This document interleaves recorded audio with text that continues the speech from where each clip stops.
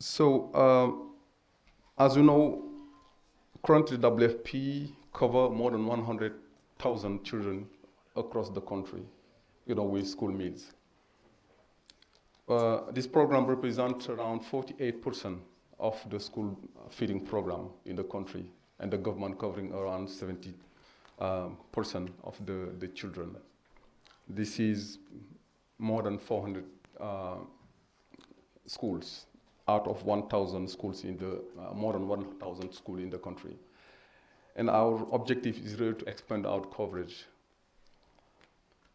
And in line with the National Development Plan, we'll ensure that social protection is as well shock responsive. And we'll enhance as well the coordination, of the different initiatives. We'll reinforce our collaboration with the government in making sure that, the capabilities for managing social protection system are there. We will sustain our support for disaster risk financing, both macro financing and micro. The macro level is looking at the country, but the micro is looking at the household level or the smallholder farmers level. We have been doing that with the Ministry of Environment. And the macro, we have been doing that with the National Disaster Management Agency. And in line with the first priority of the social protection policy, we will maintain, both the transfer, cash and conditional transfer during shock and for our resilience programming. And the objective is really to stimulate sustainable economic growth at household level, as well with the hope to reduce as well poverty and food insecurity, in line with the third priority of the policy. WFP will continue as well supporting the school feeding program in an integrated manner, through the homegrown school feeding initiative, which help to, at the same time, feeding the children, but as well boosting the income of farmers. This initiative, is a way to make sure that the food that we are giving to children are coming from the local production. Very important. And as well, we continue our work with the National Social Protection Secretariat, with the National Nutrition Agency, with the National Disaster Management Agency as well, and make sure that the National Cash Transfer Committee is in place and functional. Another very important element, the design of the transfer value. People keep asking the question, what we are giving to household, is it enough? I think there is need to work together toward that in the coming months. And as well, we'll keep using the social registry as a channel for our assistance. It's very important because the system is there. It's for the partners to use it to make it, live and giving feedback to, to the National Social Protection Secretariat. So really, we, WFP, continue to maintain a solid partnership with all stakeholders, the UN and the government, to respond to emergency, promote human dignity, and to reduce poverty. And this commitment, cover the food security, nutrition, resilience to shock for the most vulnerable household in the Gambia.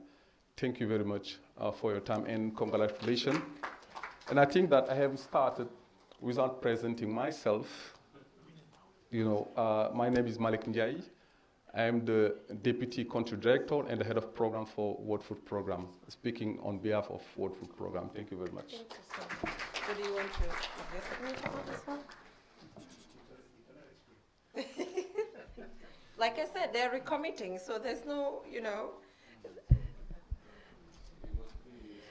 Yeah, but thank you so much. Thank you so much for keeping our children in school and empowering our local farmers as well.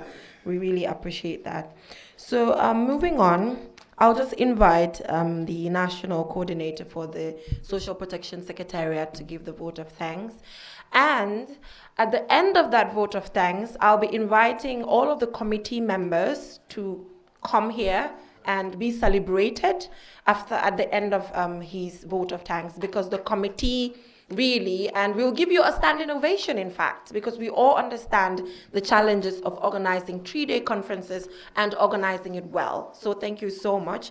Mr. Deba, the floor is yours. Yeah, so we just want all the committee members to gather here. When I mentioned that, I saw some of them shaking their heads, your committee members. But we have to celebrate them, we must. They have done a good job. Actually, they said I am not a committee member. So, but luckily, I will be there when they are taking the picture, so I'll take advantage. Anyway, good afternoon, Honorable Minister of Environment, Climate Change and Natural Resources. It is a great day for us today at the Secretariat. The organizing committee members obviously will join me later, but those who are used to this forum, we remember that this used to be called the Social Protection Forum. So maybe some people are asking, why is it now called the Gambia International Social Protection Conference? Because the people decided to dream big. And I said, okay, no problem, I'll go with you. When the dream is good, I'll be part of it. If the dream is not good, I say, oh, I warn you. But luckily, the dream is good. We are able to have resource persons in-house from Belgium, from Ghana, from Kenya for the first time.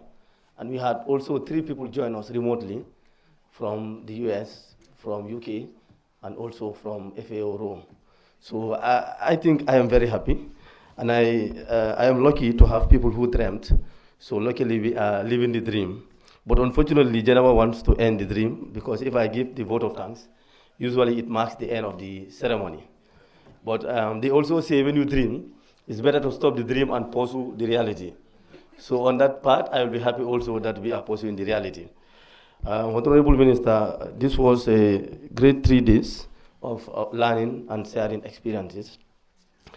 As I always say, social protection, the way forward is to mainstream it and government ownership to be in charge. It is the way forward, and it is the way that the Secretariat, through the steering committee, will continue to advise government. Social protection is the bedrock of development, if I can quote the Honorable Minister of Finance, as he stated on the opening day.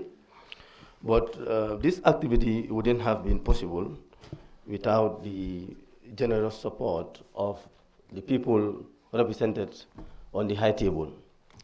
They all spoke about how they collaborated with the Secretariat and also the different sectors in social protection. So I will not go over that. I will definitely thank them on behalf of government. The Food and Agriculture Organization, working towards food self-sufficiency, nutrition security. The WFP, obviously, Geneva is still jealous of some of us who had our edible parts, and they continue to support the UNICEF's investment in children. So I said, if you have your health care and your education taken care of, and you are working towards food self-sufficiency, the human capital is complete. And I said on the first day that what we should all look forward to always is the development in the human capital, because it's something that people cannot take away from you. Any kind of training or advancement that you have, nobody will be able to take that from you. So we thank the partners I mentioned right now, and also sitting right there on the high table, for their continuous support in the different sectors. Social protection, everyone said in the last 3 days, it's a multi-sectoral thing. So when you say social protection, you shouldn't think only about the Social Protection Secretariat. In fact, the Social Protection Secretariat doesn't implement any program, and we want this to be very clear. The Social Protection Secretariat does not implement any program and have no intention of implementing any program. However, we feel mandated by the social protection policy in support of government's dream, which is to have the by 2035 an inclusive social protection system. Now, recently, just to show you our commitment to what the policy said, we discussed a project with the AFDB. It has interventions in social services, in early childhood education centers, in Tibet centers, and also to provide, entrepreneurship training. We are coordinating the project. Of course, I'm going to be the project coordinator. But all the activities in the project will be implemented by partners outside. So it's a clear indication that social protection implementation is for the MDAs, is for other partners, not for the Secretariat. But we will continue to work with the partners to ensure the coordination envisaged in strategic priority 5 of the policy is realized. So we thank the partners for your support in the different MDAs. And also, the conference looked very elegant from outside, thanks to your generous support, financially also. All the partners contributed, which we appreciate very well. We also would like to thank senior government officers here who continue to play a pivotal role in the steering committee meetings. We have PS Dara from the Office of the President here. We have a permanent member from the Personnel Management Office, DPS Musa Cham, who's been with us for the past 3 days. We thank you also for the support. There is DPS Bintu from Agriculture, DPS Sanyam from Education. We thank you all for your support before today and for agreeing to be part of the panel. Of course, it wouldn't have been called the Gambia International Social Protection Conference if it was only for participants from the Gambia. So we are grateful to our resource persons from Ghana, from Kenya, also our resource person, Chris, from Belgium, head of the Social Protection Research Institute in Belgium. So at his age, he was able to willingly say that I will come over to the Gambia and present. At his own resources and cost, he decided to join us. I think we should give him and the rest of the resource persons a round of applause. We appreciate your coming. And then let me just put in context the two delegates, the Kenya one and also the Ghana one. Now, the National Social Protection Secretariat is working on a unified GRM structure. We are looking forward to a time when every project that comes doesn't need to have a GRM. Before we are ready, all our toll-free numbers will be finished. We want to have a unified call center where all programs can use to have their grievances addressed. For that reason, we appreciate the contribution and support from Ghana. Nana, thank you so much for coming. Now, the Inua Jamii program is the government of Kenya funded social protection program, which mainstreams social protection into the budget and ensure that it's predictable and they continue to expand. Now, those who were here on the first day, we remember His Excellency the Vice President talking about the partnership with the European Union to roll out or scale up the family strengthening program as a pilot of mainstreaming social protection. So we are basically trying to mimic what Kenya is doing. And of course, the Minister of Finance also gave his support to this. So for 2024 and 2025, we are starting small. And I was very happy when you saw that when you started the Inua Jamii program, it was 500. You started with 500. 500. Now we are starting the pilot. Of course, the program was already there, 150. So now we're scaling it up, basically on the OVCs, on the older persons and people with severe disabilities. Presently, the program is supporting 150 individuals. So we are scaling it up to 3,000. And at some point, oh, that's still small.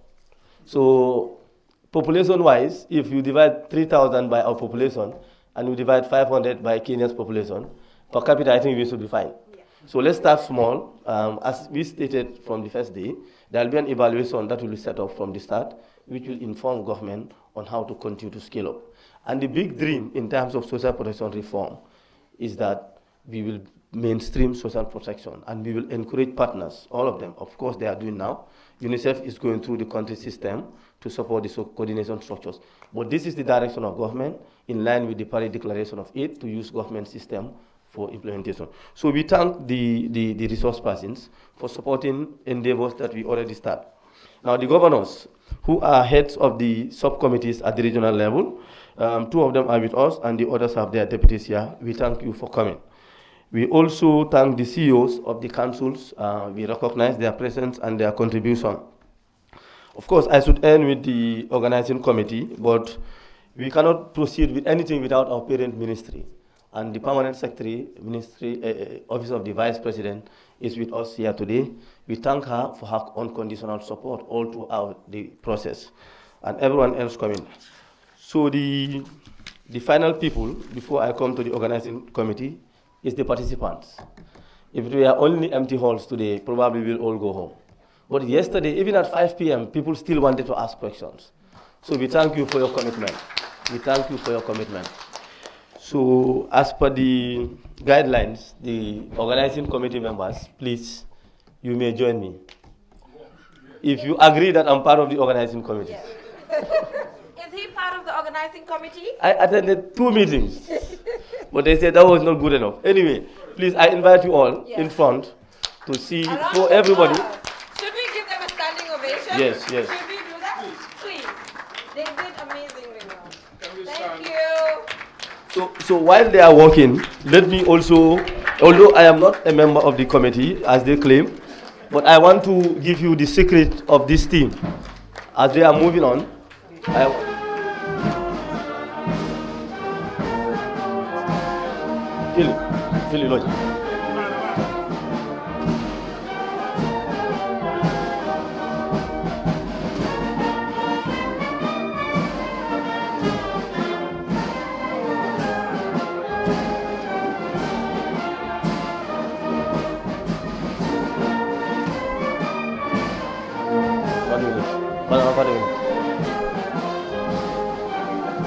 okay, just all right, thank you. Okay, thank you very much. I think probably all of us were informed at one point that they saw us on the TV. So a big thank you to the media for being with us for the last 3 days. Now I cannot do justice to the gathering without telling you what the secret is. If you look, it's not only the Social Protection Secretariat staff. It comprises participants from different ministries, from development partners. And at no point did the permanent secretary or myself interfered in their work. They constituted subcommittees and worked on them. Whatever they came, at one point I told Philly and Malam, whatever comes from the committee, I cannot change. So it shows the power of teamwork. It shows the power of getting ideas from other people, even though you have the mandate to organize, but the power lies in the group. So I wanted to share that with all of you. Thank you, everyone, and I think we can give them a round of applause. Thank you so much to the organizing committee. Yes, for the picture. Thank you so much to the organizing committee. We all understand the challenges of organizing 3-day conferences and the fact that it's very diverse, but particularly thumbs up to the women in the committee. A round of applause to the women. I am sure you came up with the, creative ideas. I'm sure. All of the creative ideas. Thank you so much to the organizing committee. Thank you. Thank you. So moving on, we attended this conference for 3 days, and the reason is because we all came to bring our heads and hearts together to commit to increasing social protection financing and just generally increasing the social protection programs in the Gambia. And different commitments were made, different suggestions were made, and now is the time for us to invite the permanent secretary of the Office of the Vice President to read out the commitments and the recommendations that you came up with. So a round of applause for her. Thank you so much.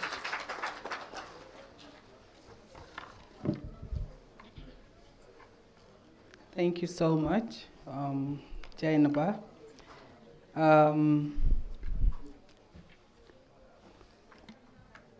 The Honorable Minister of Environment, Mrs. Rohi John Manjang, the Deputy Representatives of WFP, UNICEF, FAO, colleague permanent secretaries here present, senior government officials, governors, mayors, international delegates, civil society and private representatives, representatives of the media, as well as press officials,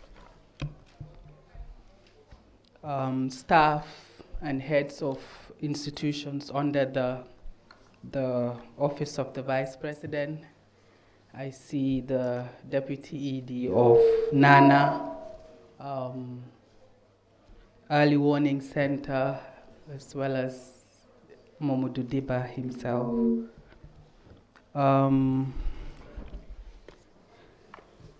I stand here this afternoon to basically present to you the Gambia International Social Protection Conference 2023 outcome statement. The outcome statement was prepared by the participants at the first International Social Protection Conference under the theme Accelerating Social Protection Financing to Increase Coverage and Reach, held at the Sadauda Kaira Bajawara Conference Center from the 6th to the 8th of November 2023. The international conference reaffirmed continuous commitment towards building a responsive social protection system with particular focus on sustainable public financing to ensure everyone is covered and reached with the minimum package of social protection services. The international conference was attended by over 100 participants from government, private sector, civil society, faith-based organizations, development partners, and participants from other countries. A gender, children, and shock responsive social protection system have been noted to be a key driver to improving lives and livelihoods of vulnerable populations. Investing in social protection programs has been emphasized as an important lever for achieving the Green Recovery-Focused National Development Plan 2023-2027 and the Sustainable Development Goals, SDGs. The international conference focused on exploring new funding opportunities, both domestic and external resources, to ensure efficiency, equitable, and effective delivery of social protection programs. Delegates were able to share progress, discuss challenges, and explore opportunities towards financing social protection in the Gambia. Thus, participants agreed on the following priorities and recommendations. Priority 1. Ensure continuous implementation of National Social Protection Policy 2015-2025. To achieve this priority, the recommended actions are: for the national level, in particular in relation to the executive,